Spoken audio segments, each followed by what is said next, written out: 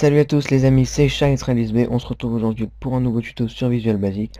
Aujourd'hui je vais vous apprendre à afficher une image de l'ordinateur sur une picture box qui est invisible ici parce qu'on voit pas qu'il n'y a pas d'image. Donc on clique sur afficher, on choisit une image. Donc moi j'ai pris dans le fichier image de l'ordinateur. Donc on peut voir aussi, donc ça c'est un truc de nouveau, un nouveau truc à prendre. Vous voyez que la image, donc il y a plusieurs choses, donc soit image PNG, soit image JPEG. Donc vous pouvez bien sûr mettre plusieurs, par exemple image PNG, image JPEG, etc. Mais moi je décide de tous les mettre en même temps. Donc on va choisir une image, donc par exemple celle-là, et on peut voir aussi qu'elle se redimensionne avec la taille de la picture box. Vous pouvez faire, vous pouvez ne pas faire ça en fait aussi. Vous pouvez faire en sorte qu'elle prenne sa taille normale et même si elle dépasse, c'est pas grave. Mais en tout cas, ça marche très bien. Donc je vais apprendre à faire ça aujourd'hui, c'est vraiment très simple. On crée un nouveau projet comme d'habitude. Hop, bon, le bouton afficher. On va pas le mettre afficher, on va mettre ouvrir une image plutôt, c'est mieux. Ouvrir une image avec 3 petits points. Ensuite, on ajoute une picture box. On va mettre cette taille à peu près. Moi, je vais la mettre un peu plus grande parce que normalement une image n'est pas comme ça. Elle n'est pas carrée, elle est un peu rectangle. Enfin, pour les images en HD, je parle. Oui, ils sont à peu près comme ça. Donc là, on peut voir qu'il se passe rien du tout. La picture box n'est pas visible. Ouvrir une image, ça fait rien. Et donc là, à la place de cliquer ici, de faire choisir une image et de choisir l'image que la picture box va afficher, on va double-cliquer sur ouvrir une image et on va faire en sorte que un Open File Dialog, donc un ouvreur de fichier en fait, va s'afficher. Donc Open File Dialog, j'avais déjà fait un tuto dessus au début, donc c'était un des premiers tutos que j'avais fait. N'hésitez pas à aller le voir si vous savez pas ce que c'est. Donc Open File Dialog, on l'ajoute. Donc File Name, on efface pour ne pas qu'il y ait marqué Open File Dialog, pour qu'il n'y ait rien marqué. Et Filter, donc c'est les fichiers à ouvrir, on veut que ce soit une image. On va mettre image.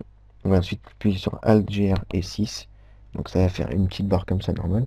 Et vous appuyez sur l'astérix, pardon, qui n'est pas analogique.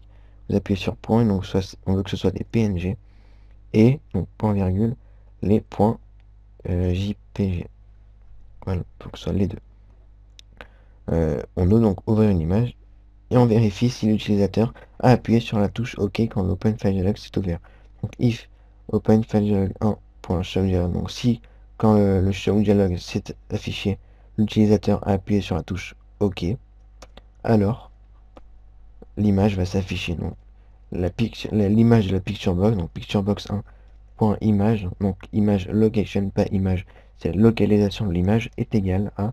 Donc là vous devez mettre le chemin du fichier, donc image, etc.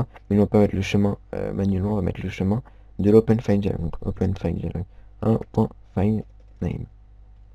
Et là c'est bon, le logiciel est fini. Donc juste un point à souligner. Là vous pouvez voir qu'il y a image, comme on a mis image PNG et image JPEG. Donc si vous voulez mettre séparément, donc c'est très simple.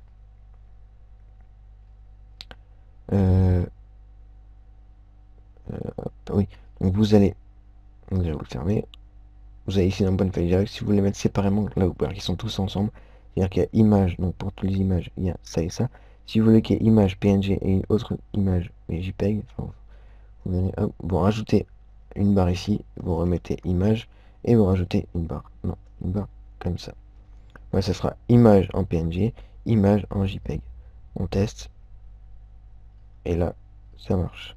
Donc soit image en PNG, soit image en JPEG. Donc si je prends PNG, il y a toutes les images PNG qui s'affichent ici.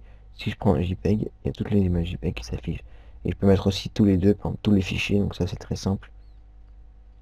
Bon, par contre, il pourra ouvrir des fichiers .txt et tout, donc ça fera pas bien. Mais bon, juste pour vous apprendre comme ça. Donc vous remettez un pour rajouter une valeur. Vous mettez tous les fichiers. Vous rajoutez un tiret comme ça, et vous mettez un astérix, point, un astérix, pour dire que c'est tous les fichiers. Donc on teste une dernière fois, on va voir une image, il y a tous les PNG qui s'affichent, il y a tous les JPEG qui s'affichent, et là, il y a tout qui s'affiche, tous les fichiers. Donc, nous, on va prendre, par exemple, oui, par exemple, là, je peux ouvrir un fichier PSD, ça ne marchera pas. Voilà, c'est ce que j'ai. Donc il faut une image, donc par exemple celle-là, ouvrir, et là, vous pouvez voir qu'on ne voit pas le cube, parce que l'image, elle a sa taille normale. Si vous voulez que l'image prenne la taille de la picture box, c'est très simple. Vous cliquez sur la picture box ici, vous allez dans les petits, la